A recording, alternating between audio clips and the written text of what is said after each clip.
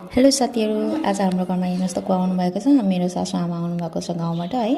अनि उहाँले चाहिँ थुप्रै कोसेलीहरू ल्याइदिनु भएको छ। यो झोलामा के रहेछ हेरौँ है त। कोसेली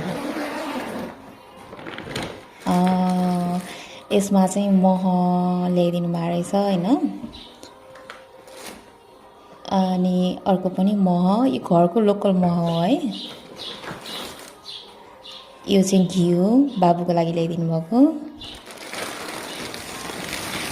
वाउ, यो त अति नै मिठो लाग्ने साग। अनि यो चाहिँ फर्सीको साग। अनि मकै, हरियो मकै ल्याइदिनु भएको रहेछ।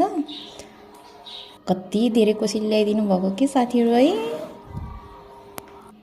ओहो, मेरो बाबु यो सब हेरेर कति खुसी हुन्छ।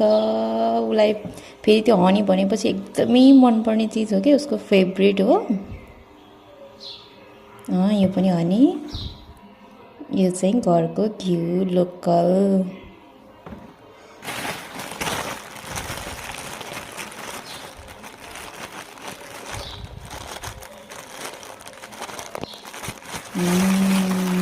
यो फर्सीको साग भइहाल्यो अघिको।